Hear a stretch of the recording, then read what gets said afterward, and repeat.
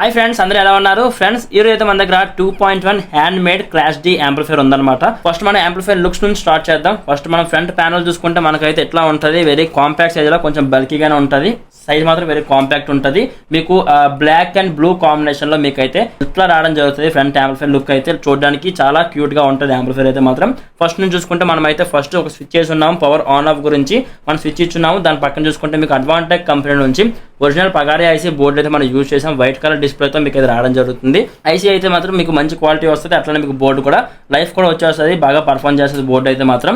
దాని పక్కన చూసుకుంటే మనకి మెయిన్ మాస్టర్ వాల్యూమ్ ఉంది. మీరు టోటల్ వాల్యూమ్ ఎక్కడ నుంచి ఇంక్రీజ్ ఆర్ డిక్రీజ్ చేసుకోవచ్చు. అండ్ నెక్స్ట్ మీకు డౌన్లో చూసుకుంటే 3 వాల్యూమ్ కంట్రోల్స్ ఇచ్చున్నాం కదా.